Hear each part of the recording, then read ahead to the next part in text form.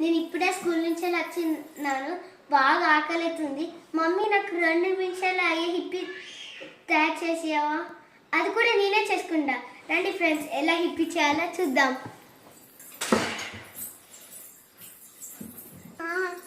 ముందు హిప్పీ తయారు చేయాలంటే వాటర్ కావాలి, హిప్పీ ఇవి కావాలి, హిప్పీ మసాలా కావాలి. ముందు మనం స్టవ్ అంట పెట్టుకుందాం. రండి, కొద్దిసేపటి వరకు ఇది వేడిగా నీళ్ళు కావాలి. ఫ్రెండ్స్, వాటర్ వేడయ్యాయి. ఇప్పుడు మనం హిప్పీస్ వేసుకుందాం. రండి,